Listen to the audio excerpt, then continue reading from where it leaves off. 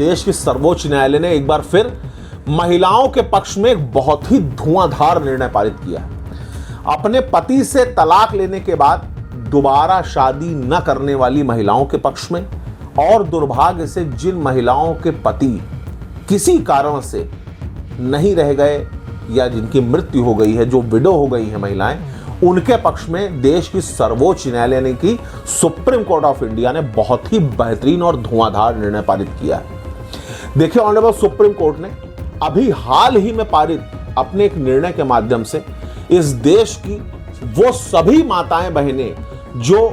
या तो तलाकशुदा हैं, जिन्होंने दोबारा शादी नहीं की, यानी कि अपने पति से तलाक लेने के बाद भी वो अकेले जीवन यापन कर रही हैं लेकिन उन्होंने पुनर्विवाह नहीं किया, या फिर किसी कारण से जिन महिलाओं के पति का निधन हो गया है और उन्होंने पुनर्विवाह नहीं किया है, तो देश की सर्वोच्च न्यायालय ने हालिया निर्णय में इस बात को स्पष्ट कर दिया, स्पष्ट फैसला दे दिया कि ऐसी सभी महिलाएं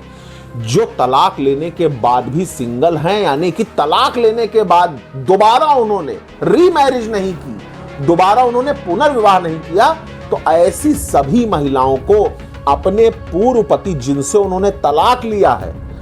उसकी संपत्ति में भी हिस्सा प्राप्त करने का अधिकार होगा और उससे भरण पोषण की धनराशि प्राप्त करने का भी अधिकार होगा। देखिए, इस निर्णय का प्रभाव इसलिए महिलाओं के पक्ष में बहुत ही बेहतरीन तरीके से रहेगा क्योंकि जब भी कभी डाइवोर्स की नौबत आती है, जब कभी तलाक की नौबत आती है, तो पति पक्ष के दिमाग में एक चीज होती है, खासकर वहां पर जहां पर पति महिला से पीछा छुड़ाना चाहता है, यानी कि पुरुष ये चाहता है कि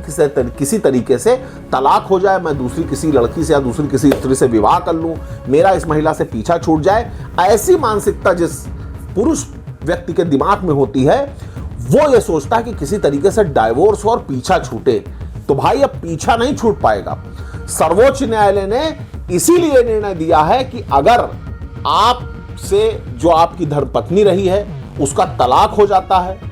उसका डाइवोर्स हो जाता है, डिग्री पास हो जाती है और उसके बाद वो दोबारा विवाह नहीं करती, यानी कि किसी दूसरे पुरुष के साथ में वैवाहिक संबंध स्थापित नहीं करती है, तो आपकी नैतिक जिम्मेदारी खत्म नहीं होगी। आप अपने दायित्व से उन्मुक्त नहीं हो पाएंगे और आजीवन नहीं हो पाएंगे। आपकी जो प्रॉपर्टी होगी उसमें और जो भरण पोषण का दायित्व आपके पति रहते आपके ऊपर था, उससे संबंधित जो भी आवश्यकताएं होंगी वो सभी आवश्यकताओं की पूर्ति आप उस स्त्री की करेंगे जो कि कभी आपकी पत्नी रही है। इससे देश में जो भी ऐसी माताएं बहनें हैं जिनका किसी कारण से तलाक हो गया और उन्होंने पुनर्विवाह नहीं किया, उनको बहुत बड़ी राहत मिलेगी। सर्वोच्च न्यायालय के सामने ऐसा ही एक मामला आया था जिसमें सर्वोच्च न्यायालय ने निर्णय पारित किया। ऑनरेबल सुप्रीम कोर्ट के सामने एक ऐसी ही महिला के द्वारा एक रिट याचिका प्रस्तुत की गई थी जिसमें उस महिला का तलाक हो गया था, उसने रीमैरिज नहीं की थी, उसके हस्बैंड ने उसे डाइवोर्स देने के बाद सारी जिम्मेदारियों से पल्ला झाड़ लिया था। सुप्रीम कोर्ट ने उस ऑर्डर में उस महिला को 50,000 रुपए प्रतिमाह गुजारा भत्ता देने का निर्णय दिया और यह निर्णय दिया कि ये जो व्यक्ति था जिसकी वो पूर्व धर्मपत्नी थी, उस व्यक्ति की संपत्ति में भी उस स्त्री को पूरा अधिकार होगा कि वो अपना हिस्सा प्राप्त कर सके, क्लेम कर सके।